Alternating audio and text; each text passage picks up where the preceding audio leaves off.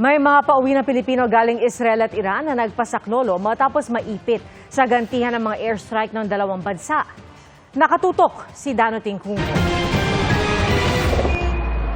Sa gitna ng hidwaan ng Israel at Iran na nauwi ngayon sa pag-target ng Amerika sa Iranian nuclear facility, sinabi ng Department of Foreign Affairs na walang Pilipinong nasaktan o nasawi sa Iran.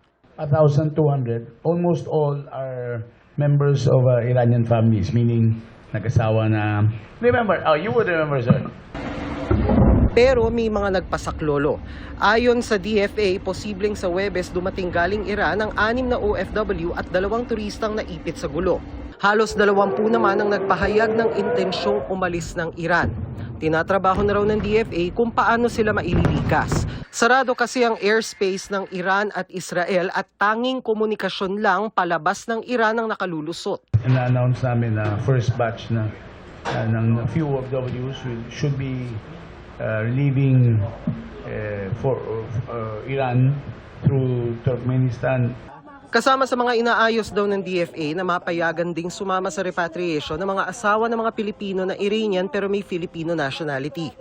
Sa Israel naman, 4 na turistang sinundo ng embahada natin matapos tumawid sa Amman, Jordan ang inaasahang darating ngayong araw.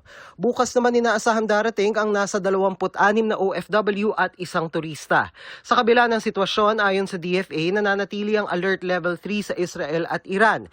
Ibig sabihin, voluntaryo ang pag-alis. Walang plano sa ngayon na iakyat sa Level 4 ang Alert Level doon. Mas maraming Pilipino sa Israel ang walang balak umuwi. Bukod sa mga pauwi na, halos 200 pa lang ang nagpahayag ng intensyon na umuwi. Most ng gustong umuwi, ito yung mga hindi pa veterano na OFW. Siguro mga 2 or 3 years lang nandun, no? Kasi mga naka 10 years na 20 years na lang going home, sanay na sila dito.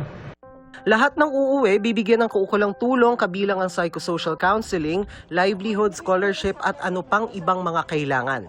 Para sa mga kamag-anak na nahihirapang kontakin ang kanilang mga mahal sa buhay sa Israel o Iran, maaaring makipag-ugnayan sa DFA, Department of Migrant Workers o sa Embahada ng Pilipinas sa Iran o Israel. Para sa GMA Integrated News, Dano Tingkungko, nakatutok 24 oras.